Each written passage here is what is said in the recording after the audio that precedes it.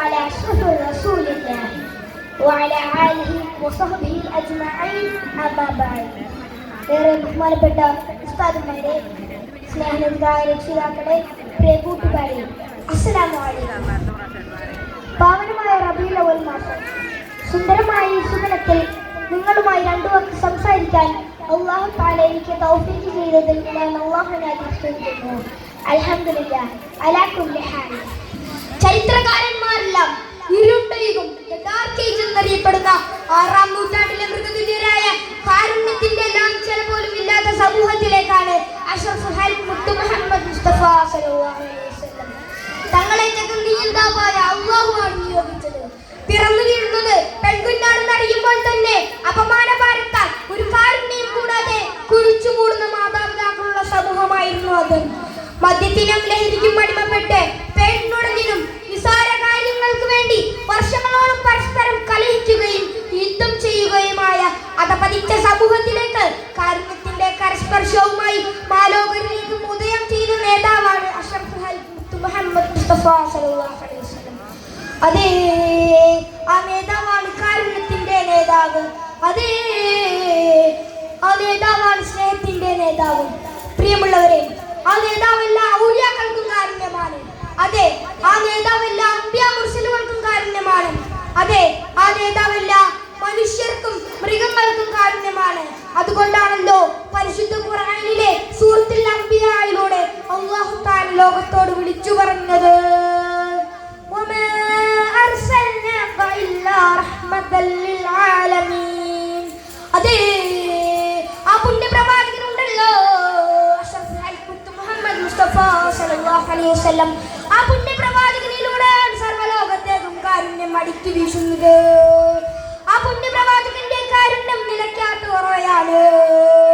അതുകൊണ്ടാണല്ലോ കേരളം കണ്ട ഏറ്റവും വലിയ നവോത്ഥാന നായകനും സാമൂഹ്യ പരിഷ്കർത്താവുമായി ഇന്നും അറിയപ്പെടുന്ന ശ്രീനാരായണ ഗുരു തന്റെ ഹബീബിനെ കുറിച്ച് പഠിച്ചു അന്താളിച്ചു പാടിയത്, പുരുഷ്യാകൃതി പൂണ്ട ദൈവമോ നരവിദ്യാകൃതി പൂണ്ട ധർമ്മമോ പരമേശ പവിത്രപുത്രനോ കാരുണ്യവാന്യതി മുത്തുരത്നമോ. അതേ, ഗുരുപോൽ പറയുന്നു നബി സല്ലല്ലാഹു അലൈഹി വസല്ലം തങ്ങൾ കാരുണ്യത്തിന്റെ ഏറ്റവും വലിയ മകുടോദാഹരണമാണെന്ന്. പ്രിയമുള്ളവരെ, ഇസ്ലാം വാളുകൊണ്ട് പ്രചരിച്ച മതമാണെന്ന് കുപ്രചാരണം നടത്തുന്നവരോട് പ്രശസ്ത ചിന്തകനും എഴുത്തുകാരനുമായ തോമസ് കാർലൈൽ പറഞ്ഞ വാക്കുകൾ നാം ഓർക്കേണ്ടതുണ്ട്. പ്രവാചകൻ മുഹമ്മദ് പറഞ്ഞാൽ എന്തിനും സൈന്യത്തരായ 1,00,000-ഓളം വരുന്ന അനുയായികളെ എങ്ങനെ സൃഷ്ടിച്ചെടുക്കാൻ സാധിച്ചു എന്നാണ് അദ്ദേഹം പറഞ്ഞത്. എന്നിടത്തു നിന്ന് തന്നെ നമുക്ക് മുഹമ്മദിനെ മനസ്സിലാക്കാം. സാധുക്കൾക്ക് വിളമ്പുന്നതിന് മുമ്പ് തരികർക്ക് വിളമ്പിയ ഭക്ഷണമാണ് ഏറ്റവും വൃത്തികെട്ട ഭക്ഷണമെന്ന് പ്രഖ്യാപനം മുതലാളിത്ത വ്യവസ്ഥയുടെ കരണത്ത് കൊള്ളുന്ന പ്രഹരം തന്നെയാണ്. വിധവകളെ സഹായിക്കുന്നവൻ പോർക്കളത്തിൽ പോരാടുന്ന പോരാളിക്ക് തുല്യമാണെന്നും പറഞ്ഞു. ചെറിയവനോട് കരുണ കാണിക്കാത്തവനും വലിയവരെ ബഹുമാനിക്കാത്തവനും എന്നിൽ പെട്ടവനല്ല എന്ന് പോലും പറഞ്ഞു. പ്രിയമുള്ളവരെ, നമ്മൾ ഭൂമിയിലുള്ളവരോട് കരുണ ചെയ്യൂ എങ്കിൽ മാത്രമേ ആകാശത്തുള്ള റബ്ബ് നമ്മളോട് കരുണ ചെയ്യൂ എന്നാണ് അല്ലാഹുവിന്റെ റസൂൽ നമ്മെ പഠിപ്പിച്ചിരിക്കുന്നത്. നോക്കൂ, നാഥന്റെ സ്നേഹം ലഭിക്കണമെങ്കിൽ ആദ്യം പടികളില്ലാതെ ആ സ്നേഹം അങ്ങോട്ട് കൊടുക്കാനാണ് അവിടെ നിന്ന് പഠിപ്പിക്കുന്നത്. ശരീരം കൊണ്ട് ചെയ്യുന്ന കർമ്മങ്ങളിൽ ഏറ്റവും മഹത്വമുള്ള നിസ്കാരമല്ലേ? ഒരടിമ തന്നെ പടച്ചു പരിപാലിച്ച അല്ലാഹുവിനോട് ഏറ്റവും അടുക്കുന്ന സന്ദർഭം സുജൂദല്ലേ? ആ സുജൂദിൽ അവിടുത്തെ പേരക്കുട്ടികൾ മുകളിൽ കയറി ആന കളിക്കുമായിരുന്നു. അപ്പോൾ അവരെ ചീത്ത പറയാനോ അവരോട് ദേഷ്യപ്പെടുകയോ ചെയ്യാതെ നേരെ മറിച്ച് അവരെ സന്തോഷിപ്പിക്കാൻ വേണ്ടി സുജൂദിൽ സമയം ദീർഘിപ്പിച്ചു. പ്രിയമുള്ളവരെ, ഇതാണ് നമ്മുടെ റസൂലിന്റെ കാരുണ്യം.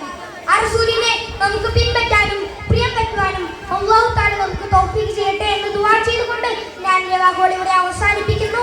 വആഖിറു ദഅവാനാ അൽഹംദുലില്ലാഹി റബ്ബിൽ ആലമീൻ. അസ്സലാമു അലൈക്കും വറഹ്മത്തുള്ളാഹി വബറകാതുഹു.